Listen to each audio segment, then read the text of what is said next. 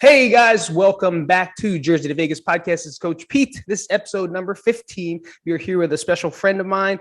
We go way back in the bodybuilding / wrestling field. He's from down the shore, New Jersey. If you guys don't know, if I say down the shore, obviously not in Las Vegas, there is no shore, right? But in Jersey, there is. And I kind of miss that, honestly. We are talking with Coach Marc Rosamelia. I'll give you a little introduction more. Before I do that, I'm going to shout out my Patreons and make sure, guys, if you have not checked out my Patreon, do so because it helps support the channel. It helps keep us active. It helps keep us like getting more equipment to make it look better. And obviously, as you see the podcast grow, you definitely see the difference in the audio and the visual. So the more you guys jump onto the Patreon, the better things we could do here on this podcast. So go to www.patreon.com/Jersey to Vegas, and we'll get that through. But right now, I'm going to tell you a quick story about Coach Marc. So I was like laying down on my back at a bodybuilding competition because I'm trying to rest my legs. You know, I'm really I want to look good before stage. So most bodybuilders will lay down on their back, put their feet up. And then all of a sudden, like my friend who was with me, who was like kind of my prep coach, my friend Timmy and my brother, and like, yo, there's a couple kids here from Bloomfield. And I was like, well, one from Belleville, one from Bloomfield, and it happened to be Marc. Like out of nowhere, we're in downtown Miami, Florida, and two New Jersey people meet at the same natural bodybuilding competition. And from that point on, it just, that's it. Like we knew of each other through wrestling and through the wrestling circuit. But ever since the moment of just knowing that we both did this tough thing together and both did really good, like that show, everything after that has been really great. And we've connected so much. So I'm really happy to have him on the show this week. And Coach Marc, please introduce yourself. No problem. Pete, thanks so much for having me. And I can't tell you how much of an honor this is for me. I've been following you ever since I was sitting in front of my computer. I don't know the date per se, but I saw the introductions for Crank, coming soon, Crank, and it was just so cool. I remember it like it was yesterday, but I'm sure it was quite a long time ago. We knew each other from bodybuilding and from wrestling, and a lot of my close friends and cousins were all from Belleville. And anytime your name came up, everybody had something good to say about you. There hasn't been someone I've come across in all of my years, that has ever said anything but positive things about you. So I felt like at that point I already knew you, and I wanted to get to know you. I wanted to be your friend because I just thought, I thought the way you carried yourself and, the way you ran your business and everything, was just 100%, top notch, so I just want to start with that because I truly am honored to be with you. And I consider you, whether we talk frequently or not, I consider you a really good friend of mine. As far as myself, I grew up in Newark, New Jersey, for the majority of my life, but I had cousins and friends in Belleville and Bloomfield. I was a wrestler. Went from wrestling to bodybuilding. That's kind of how you and I connected. And then from bodybuilding, started to get into some entrepreneurship, opened up my own facility with a few friends, and just been personal training primarily for about 11 or 12 years before I finally got this job where I am now. I'm the head strength and conditioning coach at Middletown North High School in Middletown, New Jersey. Awesome. It's awesome. It's awesome how like it just realigns itself, like you said, right? Just it moves along and it just works its way into like just from bodybuilding, right? From doing all this stuff for yourself. Yeah. To now you're training other people to do these things and even venturing into your own business and now, in the school, which is a great gig. It's cool because it's definitely a different clientele, right? They're not really clients, but like, demographic of people, but still helping people develop as a person. It's not just about strength. Absolutely. I mean, anybody who's ever worked with athletes like yourself and brother and, other people who work, have their own businesses, it's the same thing. The only difference is I'm fortunate enough at this point where I have a salary. If there's no canceling, kids don't show up. Right. I have a pension. There's so many benefits that come with it. And, I'd like to say if I could back up, 5-10 years, I would have done this then, but there weren't strength coaches then. Right. And like my good friend, Paul Collodi over at 100 Central, who's the head strength and conditioning coach there, had told me strength and conditioning today, or high school strength and conditioning, is like athletic training 15, 20 years ago. There weren't that many in the high schools, but today they're at every high school. So we're on the cusp of something pretty impressive here. So like, I think from now over the next 10, 15 years, you're going to see the majority of high schools hiring strength and conditioning coaches. So it's just being at the right place at the right time, and your network is crucial, you know? Right. It's very true. I remember growing, there was no strength and conditioning. You are following some coach that wanted to put a little bit of extra into his summer, or some extra into his other seasons, but they're not certified. They don't know much. They're just giving you something that kind of worked for them, or they cut and paste it out of some book, Exactly. and it's like, there's no professionalism there. There's no guarantee it's going to work. At the same time, there's no guidance. There was no one to guide any of these kids. No. And these kids are lucky, like, now that you can see it. Like, even Belleville had strength. I don't know if they still do, but I know they even had a couple throughout the past couple of years. I know Nutley, Coach Bustos, we just had him in a podcast. He's Nutley's strength conditioning coach. And these are like the things that you see the really top-notch level schools have, right? They incorporate strength training. Whereas, like you said, now it's like everyone's going to start doing this because it's now the normal. Like, you have to kind of have one. You do. I mean, I think, athletics and athletic scholarships are a big, it's a big business, in college. And I think, it's a trickle down effect. You need the foundational, support at the lower levels, which is high school for college, and, you don't want kids coming into college with scholarships who can't squat, bench, deadlift, clean, they need to learn that stuff properly at the high school level. So you see the value in a high school strength coach a lot more than there ever was. So these positions are popping up everywhere. So I just happen to be extremely lucky and fortunate after a lot of the misfortunes I went through in my life. I mean, Right. If I could just tell you a story, I mean, so basically without naming my previous employer, I was sitting there. This was in 2019. So what are we, 2.5 years ago? Yeah, 2.5 years ago. And I'm 46 right now. So I was like 43 years old. And, it was the position I was offered was a manager with an opportunity to become a partner in this particular job. And, business started to decline, and he, called the owner / partner called me into the office, and he's like, "Hey, Mark," he goes, it's hard to me to tell you this, but I can't pay you this month.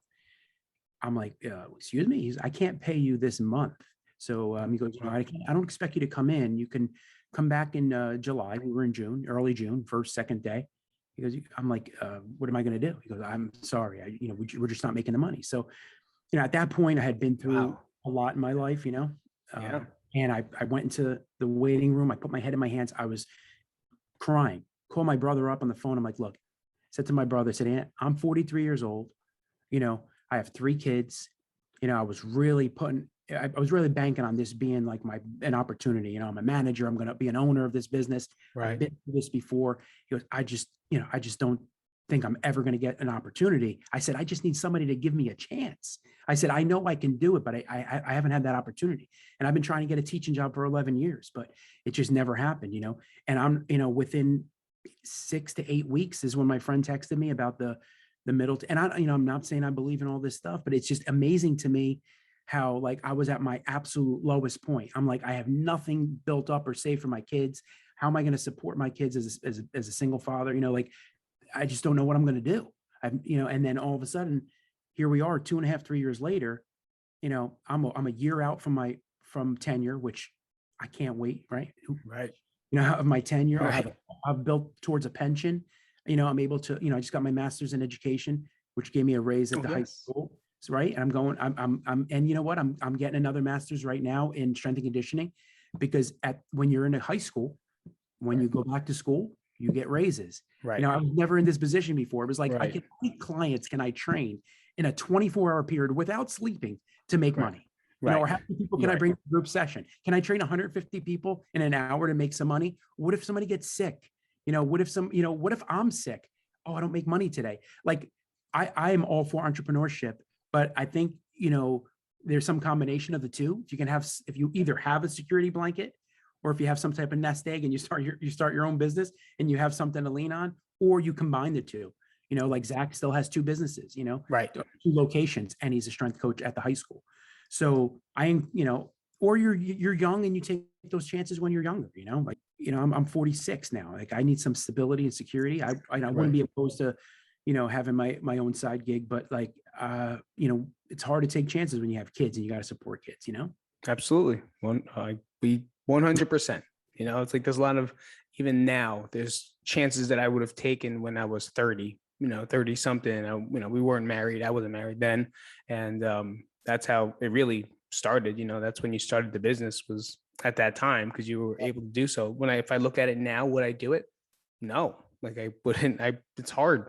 It's a lot of work and a lot of time, and people that live through it, that have suffered through it, that have had successes through it, understand how much time goes into running a 4-hour, right? 4 hours per day classes, right? Everyone thinks you just train, you work for 4 hours. It's like, no, you think you do. You work a lot more than you think. And that takes away time. And for me, that's like something I will not exchange, because I've learned that it's not worth it right now. It's at this point is where I got to be home. So absolutely. Yeah, Absolutely. cool. That's a great story, man. I was actually going to ask you, I was like, because you brought up bad luck, and I was like, tell me about the time that, you said you had bad luck, and you just went right into it. And I was like, well, I guess I don't have to ask that question. Well, I'll tell you, Pete, like, and, on that note, there is a such thing as bad luck, right? People are born into third world countries, right? Like there's a such thing as bad luck, so I'm not all about, I try to be positive. I try to be like, you know what, you're going to make your own luck, but you know what? You and other people did not make COVID happen when it happened to hurt your businesses. That's bad luck. Right. You know what I mean? Like, I didn't know the business was going to decline when I got hired and I wasn't going to get paid for a month. Like there is a such thing as that, but what I did was, I always felt like, unless I'm dead, I'm going to keep trying. I might cry and sulk for a little while, right? But I'm going to wake up at some point and say to myself, okay, well, who do I know? Like, who likes me? Who do I like? Who can I reach out to? Like, what am I capable of doing? Right. And what am I not capable of doing? It's just like going through and trying and like, saying like, well, you know what, it's funny because you have like tons of people that maybe you're not super connected with on a day-to-day basis, but there's a lot of people that that would be willing to maybe help you, or they can redirect you in another direction. So I always said to myself, I really truly believe that there's going to be an opportunity somewhere, even at your lowest point, when you feel like there's not, you know that you're not going to give up and you're going to keep trying. And then, and eventually, something may happen. It's funny because, this is it's kind of corny, but my brother always brings up to me, he used to, when I was really down, he's like, the Colonel Sanders story. And I'm like, well, I'm not really. And, I wouldn't do it justice if I just tried to say it, but basically Colonel Sanders had that fried chicken recipe the majority of his life. He had failed businesses and he didn't really get his big break until I forget who it was. Somebody accepted his recipe in his mid 40s. So Colonel Sanders was basically quote unquote a failure in business his entire life until his mid 40s, when he became one of the most successful business owners of, of all time. So, and that used to, it was in the back of my head and it was to motivate me. I'm like, look, I'm still in my 40s, right? I still have an opportunity, to be successful. But what is successful, right, Pete? Like, my kids I love my kids more than anything in the world. I'm sure like you love your kids, and I try to be a good role model, and, I'm successful if I'm a good dad. I could suck at business, or maybe suck at, being like the having what a provider would normally have, or what's considered a good provider, but I could not be present and, be making tons of money. So like, I'm not trying to judge anybody, but like, we label ourselves unfairly, especially as men. Men are it's really, to take the brunt of it. Like if they don't earn more than their wife, you all of a sudden put yourself, and, that stigma, I think, is something that I hope, goes away over time, because you are not, what you earn, you are who you are, you know what I mean? Like, so I truly in my heart believe that, and it's a struggle because, we grow up like men make more money than their wives. And like, you got to be this type of provider, and you got to act a certain way, like men are not supposed to cry. And, I'm super sensitive, I'll cry in front of my kids. I hug and kiss them all the time, like, and I'm okay with that. And like, and, so, I think it's an interesting dichotomy, right? Like we have to really be we have to start to tap into our feelings and really kind of understand who we are and what we want to be, So, I mean, I'm sorry for rambling, but that's kind of how I feel.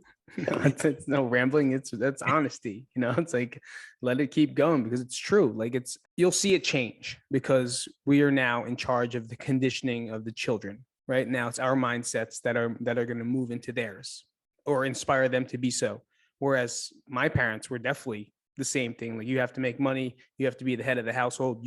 Men don't cry. My father still says that to my son now. And I almost punch him. I almost punch him in the face. I'm not going to, but like, I kind of want to when he does it, instead of just say, shut the fuck up, please. And stop saying that. Same thing. My mom will be like, oh, look at you. Oh, you're getting fat. Like little things like that. Like the little things they used to say to us that was like normal. It's like, but then you think about how many times it was said to you that it actually gets conditioned into your brain and becomes, something that you automatically think about. And I like the way you talked about like how, not saying that you noticed your failures, you notice your strings of bad luck throughout, but even though after you cry and after you sulk, you always get up and say, who can help me out, or like what's the next thing. And I truly do believe that has to do with wrestling. I don't care what anyone says. Like that conditioning of the mindset is definitely what happens when you take a shot or 10 and it never works. Right. But then you start to see this guy just kind of weaken out for some reason. And then you still take that same shot. Now you're a little closer. You didn't get it. You're a little closer. Take it again. And then you finally get the takedown. You still lost. You still lost, but you still got the takedown. And it's that drive that like, I'm going to fail. And oh, there's a win. And then again, you got slammed, fail. And I really, truly believe that wrestlers definitely develop that strength and mindset. And that's one of the best things about that sport, honestly, to me. That boxing, any type of martial arts to begin with. I played baseball. I can't say I played football because I got knocked out so many times I don't remember it. And but it's kind of how it is. So that was great. Absolutely. So many lessons learned from wrestling. It seems like a lifetime ago, and then I'll still be sleeping and and have dreams that I have one more year left to make up for my I'm back. I could do this. I'm gonna make it, It's true, and man. It's crazy. My son started wrestling now too. And okay. And originally he's in 6th grade right now. He started wrestling in like 3rd. And I in a way, I thought he was trying to do it just for me. And I said, Junior, don't do it for dad. No. So I said, don't do it for me, do it because you want to do it. And then, again, COVID happened. So he kind of like, there was no wrestling. And then he comes to me and his best friend's into martial arts. Okay. And they're both like, we're going to wrestle this year. I'm like, great. Like, I support you 100%. Don't do it for me. Do it because you want to do it. He goes, I want to do it. It gets me in shape. And I like it. And he has a lot of anxiety like me, runs in the family. He's like, man, it gets, and you could just tell it helps him get it out. So, so I'm proud of him. I'm looking forward to it, and whatever happens. But, obviously there's nothing better than that to go. That's pretty cool. Yeah. That's pretty cool to see that happen. You are, so I know for a fact, which surprised the shit out of me. And this has to do with you being, are you still vegan? No. Oh, no. Whoa. So, all right. Now you got to talk. Now we got to talk. Now we need to talk. I need to talk about vegan vegetarianism, because I was going to say, what do you think is one of the biggest misconceptions of you and like seeing your stature when I knew you at that time when, you're really big? You're like, nah, I'm vegan. I was like, whoa, wait a minute. Wait. So forever that sticks in my head. So please let me know a little bit more about what that process was like. Yes. So basically, I'm going to say, I know in the last time so in 2002, my daughter, who's 14 now, she was 2. Excuse me. No, it's not 2002. She was 2009. So we're 12 years down the road. So she was 2 years old. I read the China study because I was working for a nutritionist, and I wanted to learn. I also wanted to look at different angles of nutrition. I read the China study, or I listened to the audiobook, because for anybody out there, I'm not a reader. And I'm thinking about a million other things. So I need to listen to audiobooks, and they work just as well. And I might have listened to it 3 or 4 times to get the gist of it. But something clicked and something registered in there in me that I said that, this is something I got to try. And at that point, I gave up chicken, fish, pork, turkey, beef.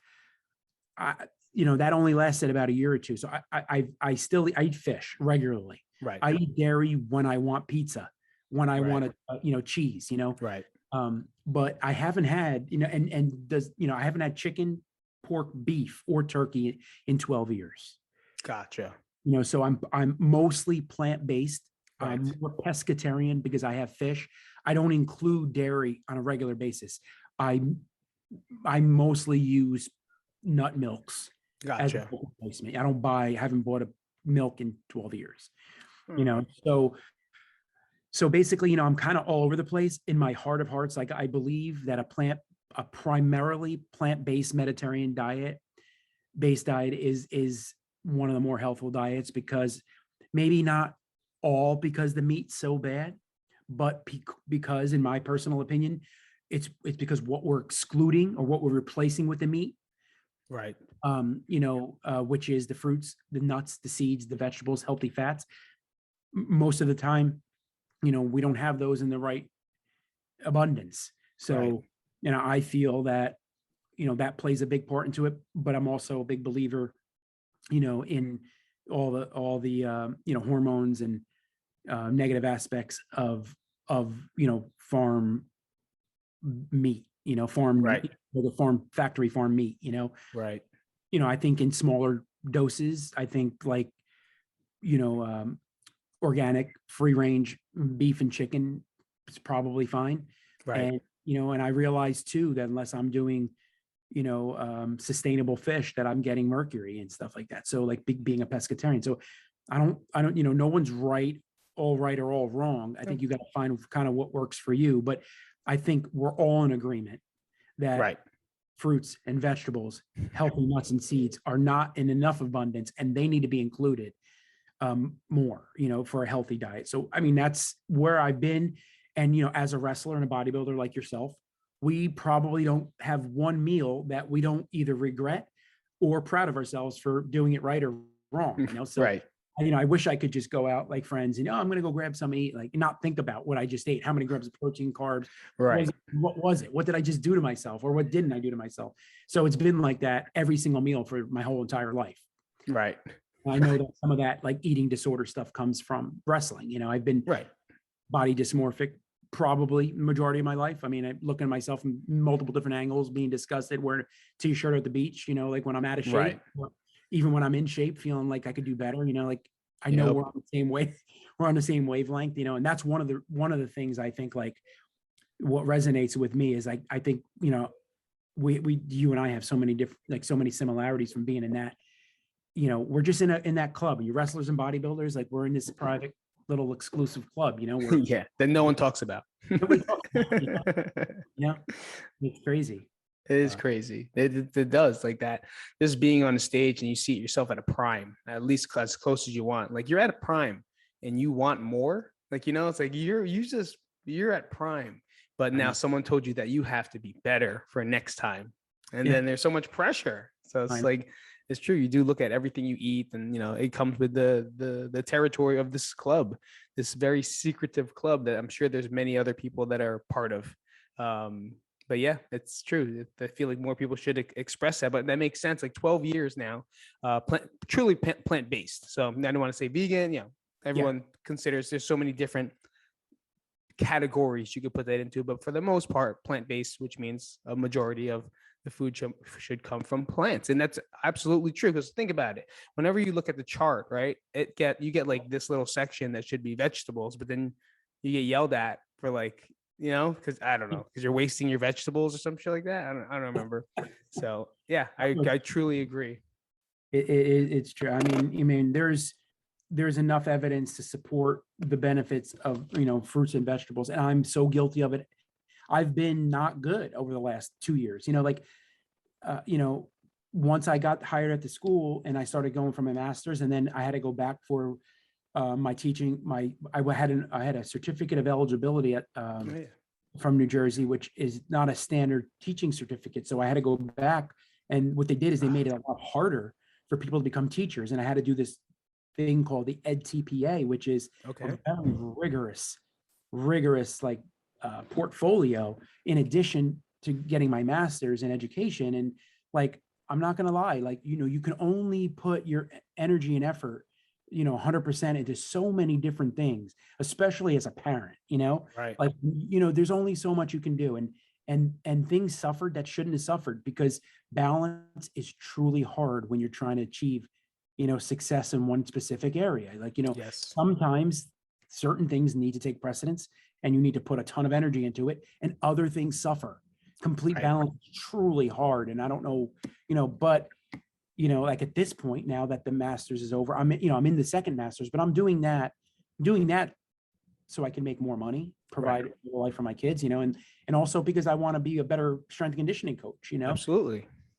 but my health is crucial, it's crucially important because if Right. I'm at the age now where I'm 46 years old. Like, Right. that needs to take precedence over everything else, so Right. I need to make sure that I'm planning my meals and I'm eating healthy, I'm exercising, which I like, I'm guilty of everybody else, where it's easier sometimes to push it aside.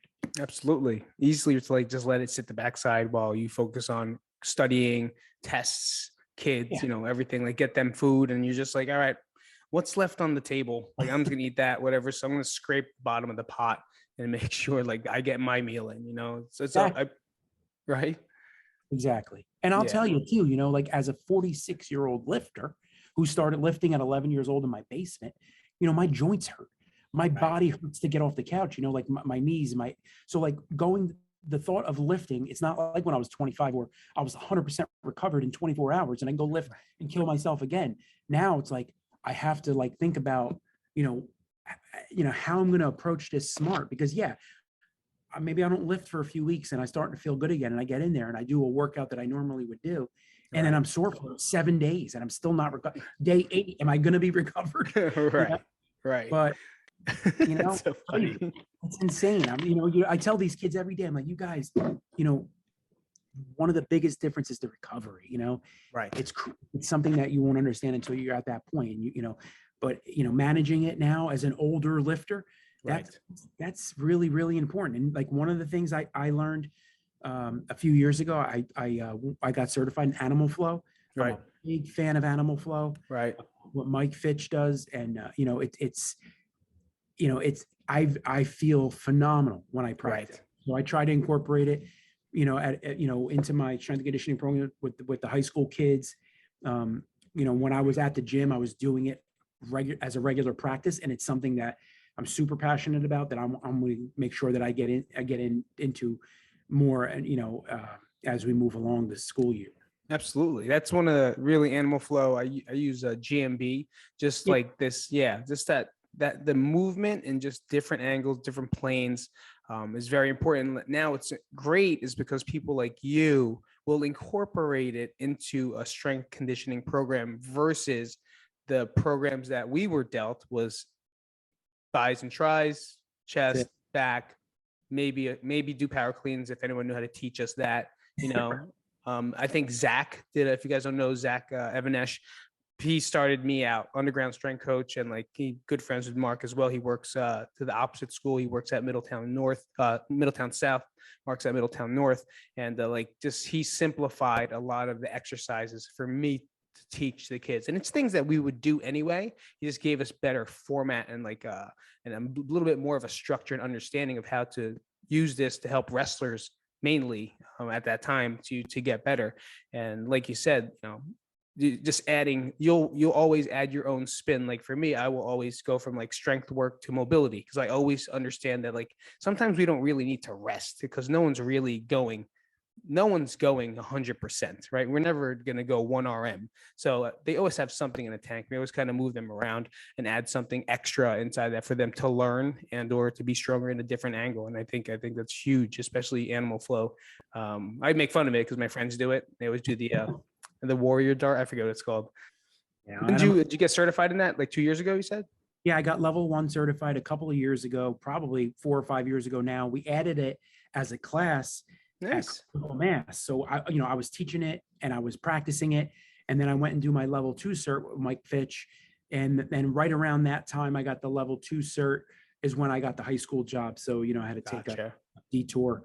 But, I'm actually going to be Zach's having a family day at his Manasquan location for, we're a part of the National High School Strength and Conditioning Association.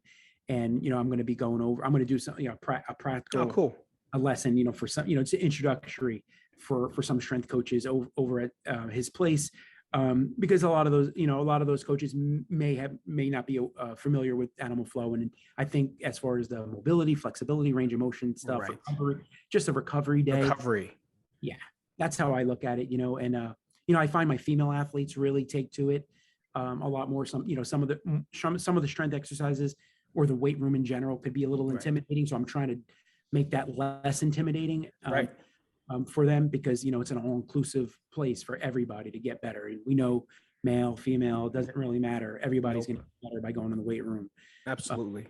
Yes. Plus it's cool, with the flow part of animal flow is a combination of so many different movements. So you have there's breakdancing components there, which is pretty cool, and gymnastics and rhythmic gymnastics and so many different components. So I really highly encourage anybody that's interested, please check it out.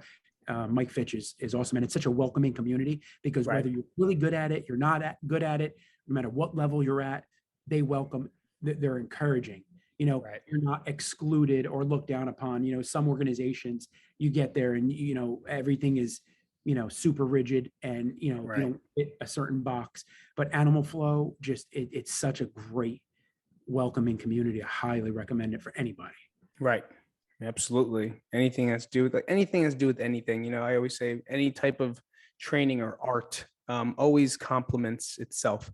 If you just go in one direction, you're most likely not as versatile as probably the next person, especially now. Everyone's doing everything. Everyone's doing everything. Yep. So if you don't know, and like you said, you got your master's, now you're going to get another master's. Like that's when you're a good strength coach. When you go out and you educate yourself over and over and over, no matter how long it is. I think I just talked about this in our last episode, last podcast. Like, always be the student, always be the white belt. I always felt that way. Whenever I feel like I'm really good, I'll find a way to smash myself down to the bottom so I can to redevelop myself as it is. Let me ask you something here. You talked about tough times. You talked about bad luck. What would you say was your toughest time? If that was the story, then that was it. Let me know, what was your toughest time and how did you get out of that? There's been a lot of tough times over the years, like there's so many, there's really so many. I think because being a dad, and being at that lowest point at that last job before the teaching job, and not knowing how I was going to support my kids, feeling like the rug was going to be pulled out from under me, and I was going to have to be looking for a job again, going through, a divorce and just a lot of really difficult things in my life. I felt like that was the lowest, but I think wherever you are, you might, like somebody watching, might be 20 and not married with kids, going through something that's really difficult for them. Some people go through substance abuse, anxiety, depression. There's so many different things that it's hard, but, so it's really where, in my opinion, it's where you're at in your life. You know what I mean? Because I can go way back to when, I was at Montclair Immaculate. My parents, we lived in Newark, and my parents always tried to provide the best opportunity they can give me at the time. So they thought, let's put him in a Catholic school. They sent my brother through Catholic school. This is going to be a better opportunity for him. But yet, at that particular time, I had already wrestled for Bloomfield Rec. I'm a little kid, but long story short, I didn't. I transferred my sophomore year, junior year, into Bloomfield High School. So I'm walking around Bloomfield High School. All my old friends from Rec, hey, Rosamelia's here. This is great. We're gonna have this strong team. And every single day I left my house, there was a car parked 3 houses down. We were living in Newark. And they followed me and my mom all the way to the front door of Bloomfield High School every day. So it was like different, forms because they knew, because I was giving a fake address. I was doing something wrong, right? But it's because I wanted a better opportunity and I didn't have it. Wrestling at Immaculate was on the brink of going extinct. I mean, they were getting rid of the program. They only had kept it because when I came up, my brother, had gone through the program and his friends, and that's when they kind of had a full team, but it was shrinking. And not that they felt like they owed it to me, but I had some success. They didn't have a lot of guys that had recreation experience. And, so they kind of kept the program more or less, for me, but I had 3 guys on my team. I wrestled with the 12-pounder every single day. And then we had a 52-pounder who never wrestled in his life. So we would show up at matches and we'd forfeit 10 weights. We'd lose every single match for 4 years. As we would drive to take a bus to a dual meet that would last 15 minutes because I'd wrestle one match, the 12-pounder, so, at that particular time, wrestling was my life. I love wrestling more than anything. I lived, eat, sleep, and breathed it, but yet, we never won a dual meet. And I can never really, the Edge at the time didn't accept me because it was very exclusive. And looking back, I don't blame them. They didn't know me. Where was I coming from? Right. So I wanted to better myself. But again, that was another obstacle. I couldn't break down that door. So I would tape the States every year and watch my favorite wrestler, like Junior Nardone, to this day is my favorite wrestler of all time. And I learned moves like that I actually used in matches, big matches, from watching and rewinding and spending hours on the videotape, VHS tape. So funny you said in that. the early 90s. So, I learned a Granby from that, so yes. So at that time that was really difficult, but I know I've gone way back here, but it's just like, it depends on where everybody's at, but I would have to say, like, most recently, when I had, almost lost that job, that I get paid. And, that was what seemed to be like the toughest time in my life at that particular point, Right. Because you had so many expectations of like, this is going to be it. Like, I feel like this is going to be it. And then and I'm like, what am I going to do? Who's going to hire me? Like, I'm a trainer, like you can come out, get hired as a trainer with a certification at 18. I'm 43. I have a bachelor's degree, great. But now it's like, it's difficult. I didn't have much experience outside of personal training, or which I felt like at the time I didn't have outside of personal training, but I'm finding out now in the job market, you could take different life experiences and skill and have resume writing services come up with a really cool resume that might be applicable to another field, so it's a little bit different, now. So, but I'm just very fortunate. And I'll tell you, I don't know how many viewers you have, like, who are 2 strength coaches. Yeah. But if you do, like, they need to get like, they need to really look into getting a teaching certification, because if you want to get in, you want to be a strength coach, you want to be a personal trainer, like you having a teaching cert, an alternate, even if you go an alternate route, is a foot in the door. Yeah. Especially if you're looking for that stability at the same time, being able to do the other stuff, otherwise the trainer life is, sometimes it's good if you're busy, but then with that busy, it equals 4 o'clock. Sorry. It's all right. It's 4 o'clock. Gotta go. It's like regiment. It's just time. And working like 10 hours a day, like split shifts too. Like, you do usually 5 in the morning and then 5 at night, maybe somewhere at 3. Crazy schedules. 5:30 I'd leave. I'd get home sometimes 10 o'clock, and it's just very difficult, and it's not, to be successful, you need to work really hard. You need to have some breaks. Right. But, you also can't be your business. Right. People who end up being their whole business are the ones that, have a difficult time having a healthy work-life balance. And if you want to have a family and stuff, that's tough, man. You're missing stuff. You're missing a lot of stuff, that, you got to weigh what's worth it, what's not. Like for me, being a high school strength coach, like I don't necessarily, I wouldn't want to be a college strength coach. You might make $200,000 a year, but you know what? If the team sucks and they fail, you're going to let you go next year, and you're looking for a good job. Like at the high school level, you're going to make, you can make a respectable salary, especially if you get further your education. But you're going to make a really good impact, because you're going to have kids who aren't going to maybe be college athletes. So you could really have, and I've noticed, if you look at the National High School Strength and Conditioning Association, there's a lot of guys, and that's a relatively new organization, and it's great. And a lot of those guys worked at the college level, and they've taken jobs at the high school level, because they can make a difference in high school kids' lives, and so I don't know. I see that aspect of it. Like, it's stability, it's fun. They still look up to you. A lot of the kids look up to you, and they want to get big like you. So I don't know. I love it. I'm very, very grateful That's awesome. where I'm at, you know? I'm not gonna lie, like it's nice to see, like I said, usually when I talk to Mark, something wrong's happening. Like something's happened like rough. Whether it's you're reaching out to me or like we just connect because somehow our energies are kind of the same. I don't know. But it really feels good to see you pretty content with what it is you're doing. It's like without a question, you could see it in the way you carry yourself. You could see it in the way you're talking, expressing with your arms. Whereas before it was like, oh my God, it's like, I you know. just opened and it's your Yeah. body language shows everything on how proud you are of the things you did. And you just graduated with a master's. I saw that.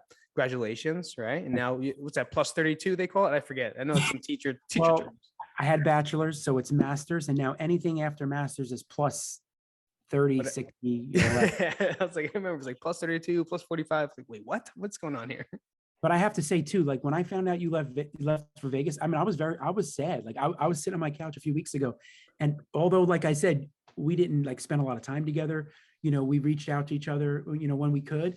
But I'm like, oh man, he's not back in Belleville. He's not back in Nutley. Like I can't just, I mean, I don't want it to sound like, corny or fluffy, but like anytime I reached out to you, like you were like at the peak of your success too, like, come on, Mark, come down to Crank, and like you could, you're busy teaching a class, but yet you're giving me any advice you could give me. Like, like you always were available and there. And that truly, truly like means a lot to me. Like, you didn't have to do that. Like we didn't go to school together. Like we had our connections, Right.